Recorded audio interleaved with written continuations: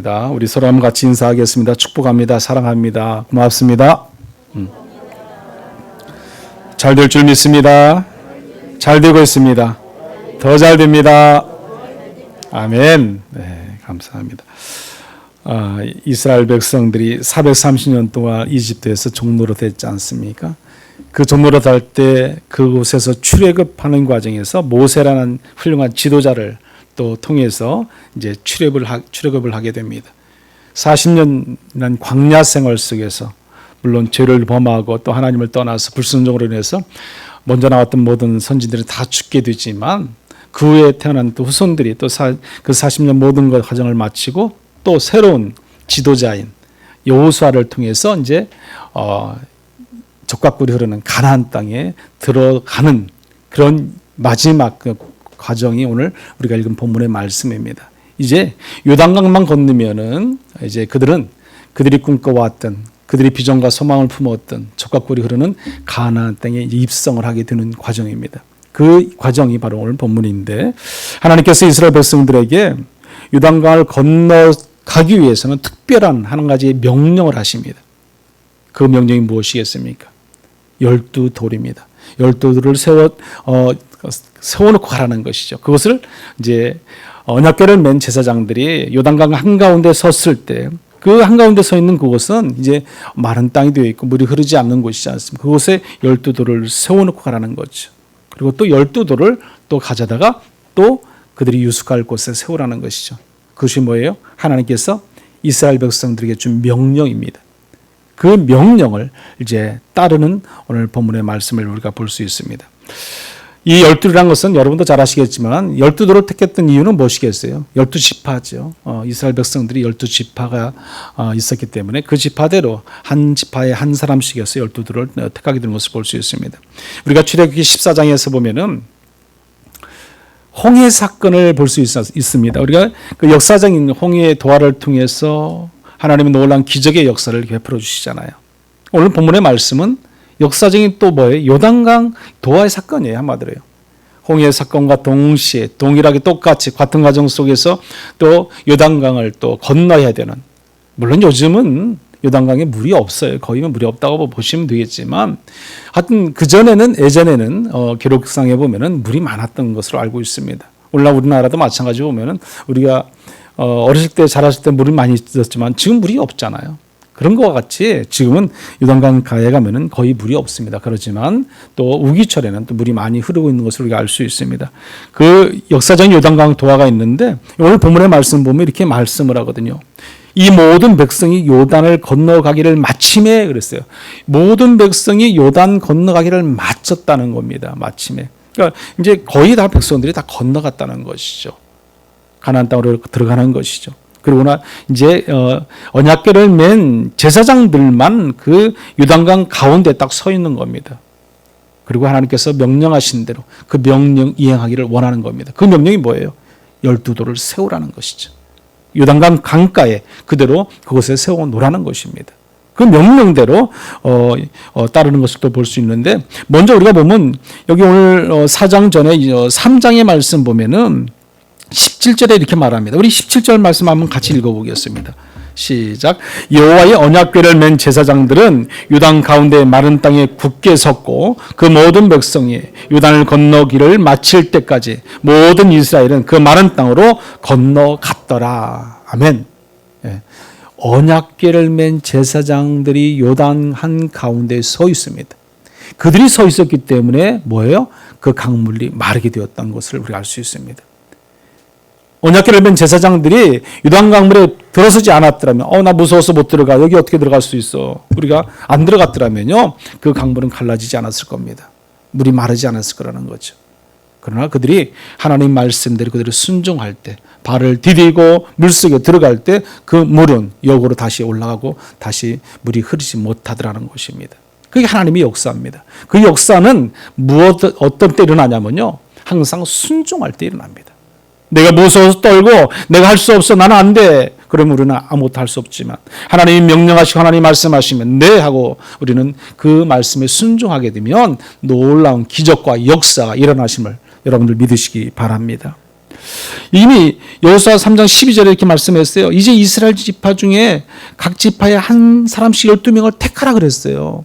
앞서 이미 하나님께서는요, 각 지파에 한 사람씩을 택하라. 이때 당시에는 왜 12명을 택해야 되는지 그에 대한 이유가 없어요. 알 수도 없었던 것이죠. 근데 이제는 알겠다는 거죠. 이제는 왜 하나님께서 왜 12명을 택해라 명령하셨는가를 이제는 오늘 본문의 말씀을 통해서 보면 이제 이해가 되고 우리가 알 수 있게 되는 것입니다. 그때 당시는 몰랐지만요.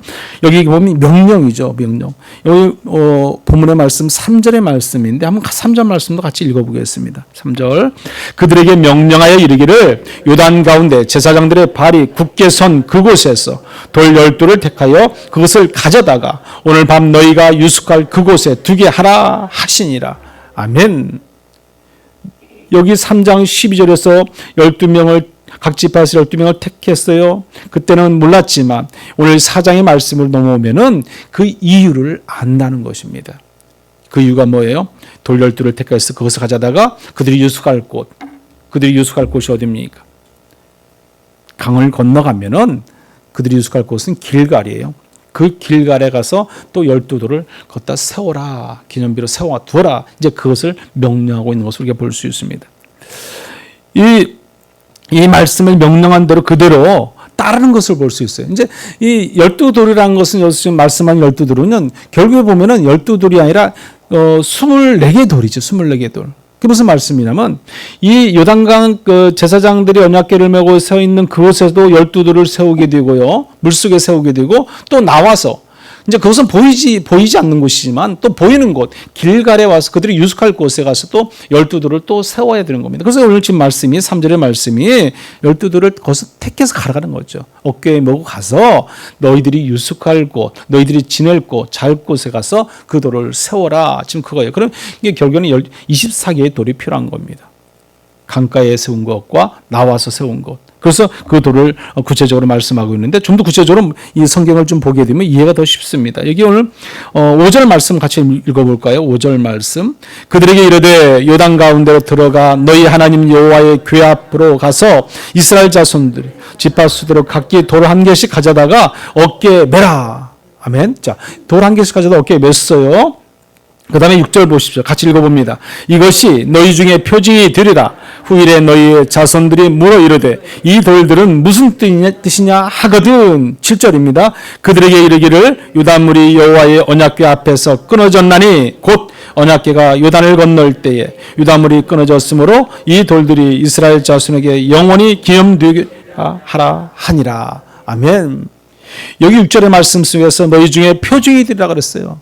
그 돌들이 표징이 되는데 그 표징이 어떤 표징이냐 그러면 너희 선조들이 유단강을 건널 때 언약궤를 메고 들어가니까 제사장에 들어가니까 물이 갈라졌고 물이 흐르지 아니함으로 해서 모두가 무사히 다 홍해 사건처럼 건널 수 있었다. 그것이 하나의 표징이 돼서 너희들이 그것을 어떻게 하라? 기억하라. 그 명령이에요. 그 명령이요.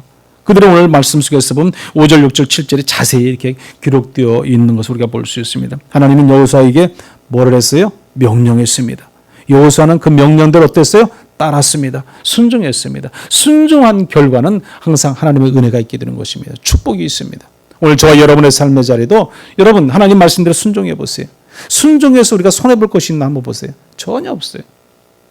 그 가운데 은혜가 있고 그 가운데 축복이 있고 그 가운데 우리 가정과 자손들이 더 잘 되어지는 은혜가 있을 줄 믿습니다. 여기 오늘 보면은 보세요. 순종하니까 8절 한번 보세요. 8절. 이 8절 말씀 명령에 순종했다는 말씀이 나옵니다. 같이 한번 8절도 읽어보겠습니다. 이스라엘 자손들의 여호수아가 명령한 대로 행하되 여호와께서 여호수아에게 이르신 대로 이스라엘 자손들의 지파의 수를 따라 요단 가운데서 돌 12돌을 택하여 자기들이 유숙할 곳으로 가져다가 거기에 두었더라. 아멘. 여호수아가 명령한 대로 뭐했다? 행했다. 그렇습니다. 행했다. 그래서 순종했다는 것입니다. 하나님 말씀하시면 말씀하신 대로 네 하고 순종하는 신앙, 그 믿음이야말로 우리가 놀라운 기적의 역사가 날마다 우리 가운데 눈앞에서 보일 정도로 일어날 줄 믿습니다. 이스라엘 백성들이 세우고 있는 12돌을 보면요, 첫째들은 아까 말씀드렸지만 요단 그 강 한가운데 제사장들이 서 있는 한가운데 세우는 열두들이고요. 또 하나의 두 번째 열두들은 이 사람들이 나와서 유숙할 곳이에요. 그곳에 열두들을 세우는 거예요. 보여지지 않는 곳과 보여지는 곳에 세워지는 것입니다. 그래서 한마디로 보면 열두들이 요단강 속과 여기 나와서 바깥에 길갈과 그 두 군데 세워지는 것이죠. 그 두 군데에 세워지는 열두들은 24개 돌이라는 것입니다. 그렇게 정해서 이렇게 세워지는 것을 볼 수 있습니다. 여호수아 4장 20절에 가서 말씀을 보면 이렇게 말씀을 해요. 여호수아가 요단에서 가져온 그 열두들을 길갈에 세우고 그랬어요.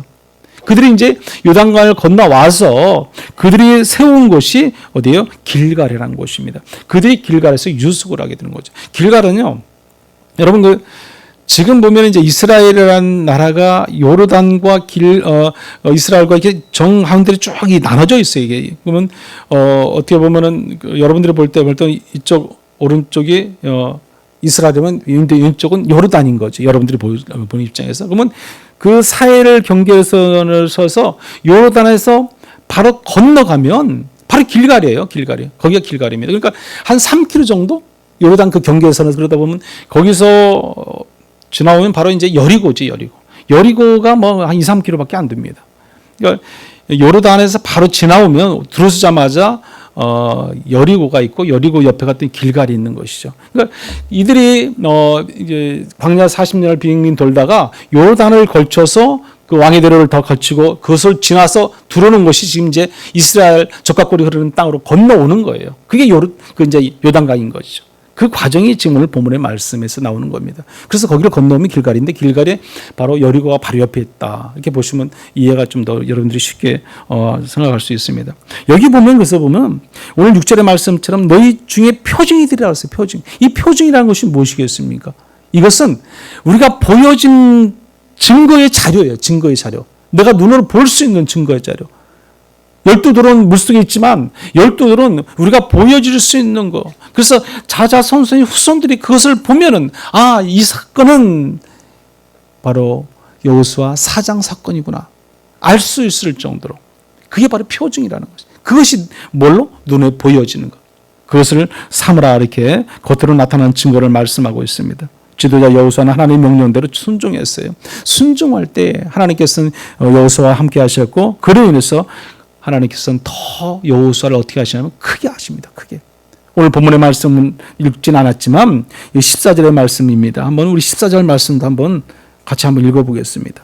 그날에 여호와께서 모든 이스라엘의 목전에서 여호수아를 크게 하시매 그가 생존한 날 동안에 백성이 그를 두려워하기를 모세를 두려워하던 것 같이 하였더라. 아멘. 자, 하나님 말씀대로 따르고 명령대로 따르고 순종하고 살아가는 여호수아를 하나님께서는 어떻게 하셨다? 크게 하셨다는 거예요. 크게 하셨다는 건 뭐예요? 담대케 하셨다는 거예요. 담대케 하셨다는 것뿐만이겠습니까? 권위를 준 거지. 권세를 주는 거죠. 누구처럼? 모세처럼. 하나님과 대면했던 모세와 같은 그런 권세 능력을 하나님께서 누구에게 줬다? 여호수아에게 주었다는 겁니다. 그것은 여호수아가 하나님 말씀대로 따르니까 순종하니까 그 여호수아를 하나님께서 들어 쓰시는 겁니다. 오늘 저와 여러분에도 마찬가지입니다. 우리가 하나님 말씀대로 따르고 하나님 말씀대로 순종하면 하나님께서 우리를 들어 쓰실 줄 믿습니다. 순종하시면 하나님의 크신 은혜와 축복이 여러분 가정에 임할 줄 믿습니다.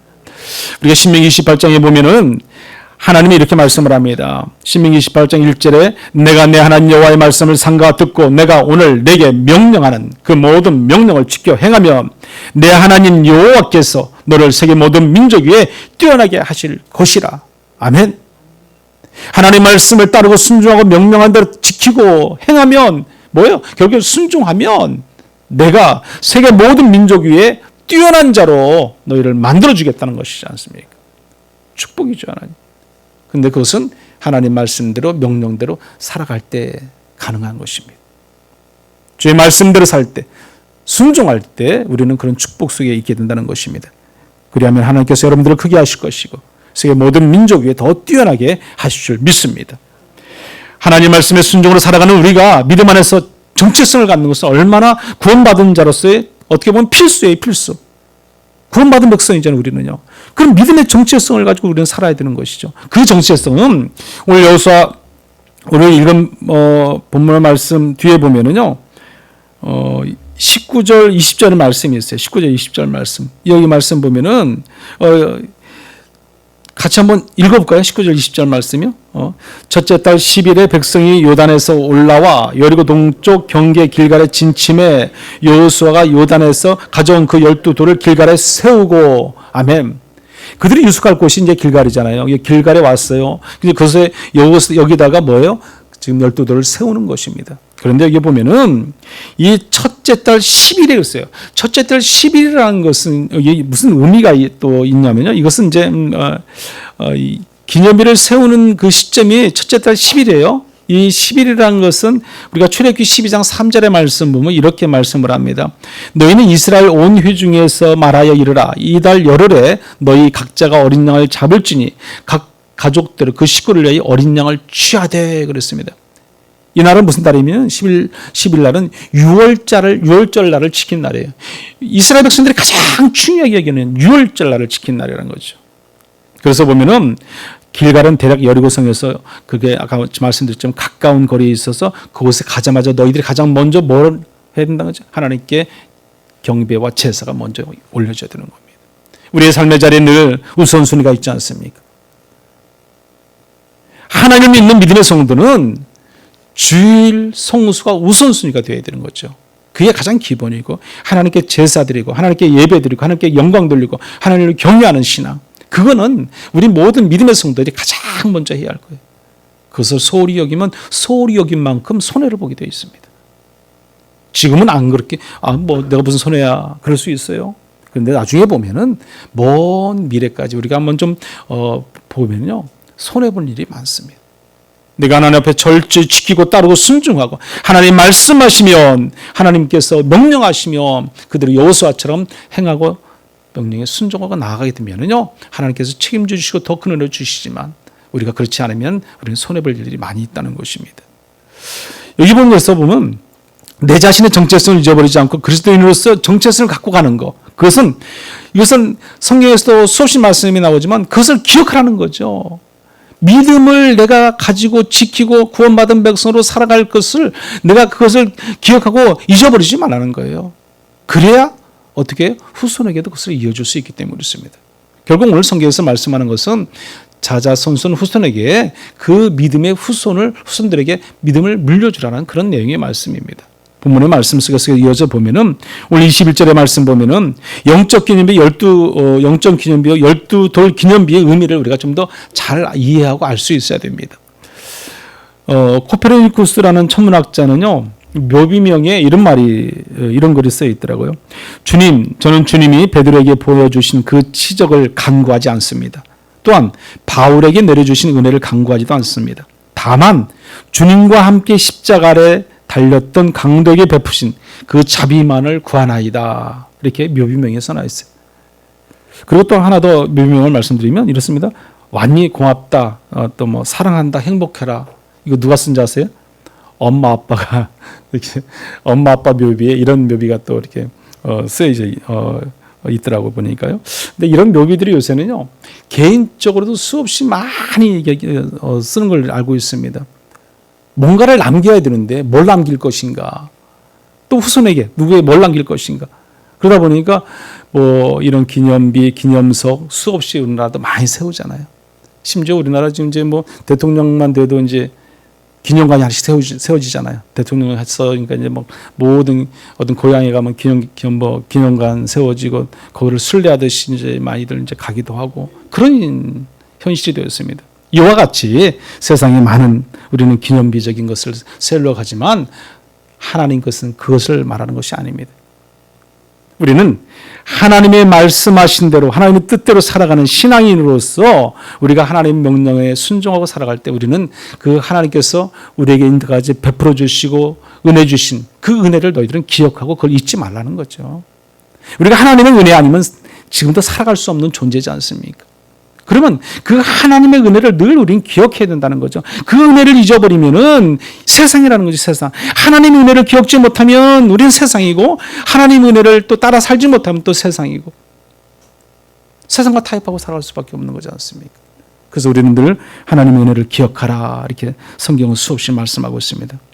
그래서 이 돌들이 무슨 뜻이냐 누군가 우리에게 묻는다면 우리는요, 먼저 우리는 회개의 기념비라고 우리는 말씀할 수 있어야 돼요. 회개의 기념비. 이게 무슨 말씀입니까? 요단강 도하의 도하는 우리 주님 안에서 그리스도와 함께 우리의 죽은 과거를 다 묻어버리는 것이에요. 이미 홍해 사건에서 묻었고 또 요단강이라는 사건에서 다시 한번 더 묻고 나서 우리는 구원의 발열에 오르는 겁니다. 구원받은 백성. 그래서 물의 의미가 우리는 구원을 의미를 줍니다. 우리의 모든 것을 다, 옛 것을 다 묻어버리는 거죠. 물속에 수장시켜버리는 거죠. 그리고 이제는 새로운 피조물의 역사를 이루고 이제는 새로운 삶을 살아가는 것이 우리 신앙인들의 모습입니다. 요단강 물속에서 모든 과거를 묻어야 됩니다. 그래야 우리가 십자가 보혈의 피가 죄값을 지불받고 그 씻음 받고 우리가 살아가는 거예요. 우리가 십자가를 알기 전에는요, 우리 세상에서 잘 나갔지 않습니까? 그러나 십자가를 알고 나서는 나의 모든 죄는 다 어디다 묻어야 된다? 십자가 아래. 십자가 아래. 여러분 갈라디아서 2장 20절 말씀을 한번 같이 한번 읽어보죠. 내가 그리스도와 함께 십자가 못 박혔나니 그런즉 이제는 내가 사는 것이 아니요 오직 내 안에 그리스도께서 사시는 것이라. 이제 내가 육체 가운데 사는 것은 나를 사랑하사 나를 위하여 자기 자신을 버리신 하나님의 아들을 믿는 믿음 안에서 사는 것이라. 아멘. 우린 십자가 앞에서 다 묻어야 됩니다. 우리는 요단강을 건너면서 우리의 모든 죄는 다 물속에 묻어버린 겁니다. 이제는 새로운 피조물, 새로운 삶, 새로운 은혜 가운데 살아갈 줄 믿습니다. 그래서 물속이라는 것은요, 우리가 죽는다는 표시, 죽는다는, 거기를 지나오는 것은 우리가 죽었다는 표시예요. 여러분, 이번에 제가 태국 선교지 갔다 오면서 거기 가서 침례를 했어요. 침례. 그러니까 우리는 이제 세례를 주지 않습니까? 성부와 성자와 성령의 이름으로. 그래서 우리가 약식으로 이제 세례를 주게 됩니다.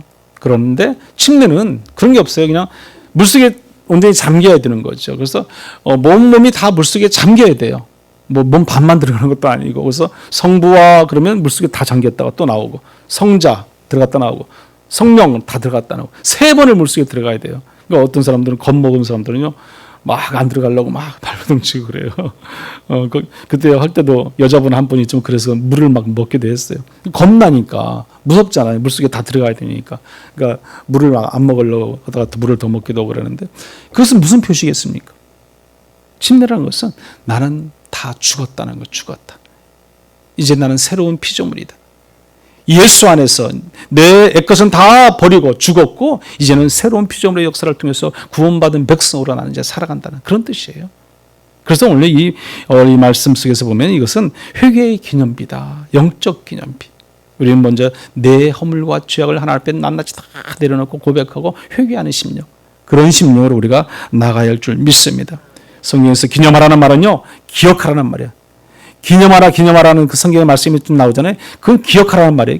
이제 히브리어로 보면 그게 뭐냐면 지카르라는 뜻인데, 지카르라는 말인데, 이것이 반드시 기억해야 할 것을 말씀하는 말이, 기념하라는 말이에요. 그러니까 뭐 기념하라는 말은, 뭐 기념만 해가 아니라, 그걸 영구히 계속해서 기억해라. 이제 그 말씀이에요. 너희가 살아가는 날 동안 잊지 말고 기억해라. 그렇게 표현하는 것이 영적 기념이라는 말씀입니다. 우리는 하나님의 풍성한 은혜를 늘 그래서 잊지 말아야 돼요. 우리를 살려주시고 우리를 구원케 해주시고 우리를 천국을 소망 가지게 하시고 부활의 소망 속에 살게 하신 것, 그 하나님의 은혜잖아요. 그러면 놀라운 하나님의 은혜 가운데 우리가 살아갈 때마다 우리는 늘 감사 끊임없이 입술에 고백이 있어야죠. 그 하나님을 알면서도 깨닫지 못하고 살지 못하고 늘 세상 가운데 살아가면 그런 어리석은 자의 모습이지 않습니까? 우리는 그 은혜를 잊지 말고 기념비는 기념비를 보고 다시 생각하고 또 잊지 않도록 하기 위해서 기념비를 세우잖아요. 영적 기념비를 그러나 우리는 세워야 됩니다. 세상에 많은 기념비들을 세워서 그 기념비를 보면 여기는 이 사람은 다 알 수 있겠지만 우리는 영적 기념비를 세워서 12돌은 보이지 않는 영적 기념비가 있었고 12돌은 보이는 기념비지. 보이지 않는 영적 기념비는 또 다른 영적으로 흘러가야 할 신앙의 대물림을 이어져가게 해야 된다는 겁니다. 우리 후손들에게 특히 우리는 영적 기념비를 세워서 그들이 하나님을 잘 믿는 믿음의 신앙을 통해서 하나님의 은혜를 깨닫고 하나님의 은혜 가운데 살아가고 그로 인해서 그들의 삶의 자리가요 형통할 수 있어야 할 줄 믿습니다. 그것이 우리가 지켜야 할 지금 자리인 겁니다. 영적 기념비를 우리 그렇게 세워야 됩니다. 성도 여러분, 은혜는 은혜로 갚아야 됩니다. 이런 삶이 은혜의 순환되고 행복으로 다 차고 넘칠 때 그것은요, 자자손손이 행복의 창고가 자꾸 차고 넘치게 돼 있어요. 우리가 하나님의 은혜를 깨닫고 그 은혜를 살아가고 은혜를 또 부여해주고 또 은혜를 또 물려주면 후손들도요, 그 은혜가 차고 넘치게 되는 거죠. 그로 인해서 후손들이 더욱더 믿음 안에서 살아가게 된다는 것입니다.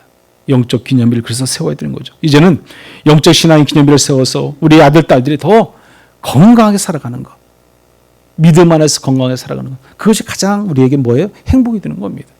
여러분, 우리 주님께서 십자가의 달리심을 통해서 골고다 언덕에 영적 기념비를 세우셨잖아요. 십자가 기념비를 세우셨잖아요. 그것은 우리의 죄를 위해서 십자가에 달려 대속죄로 돌아가신 거예요. 우리를 위해서 헌신, 대속죄로 희생양이 되셨어요. 그러면서까지 우리를 위해서 세우셔주셨어요. 그러면 이제는 누가 해야 돼요? 우리 부모가 해야죠.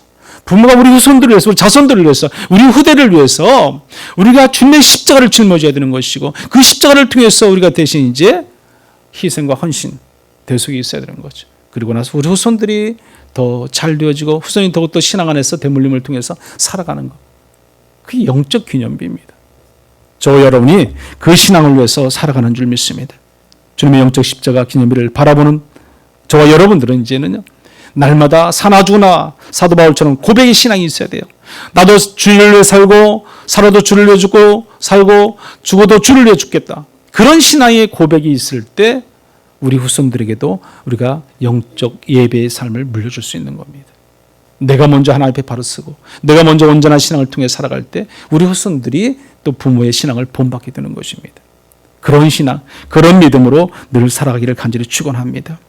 오늘 본문은 미래 후손들에게 영적 기념비를 세워두고 두고두고 알리라는 것이에요. 두고두고 알리라는 것.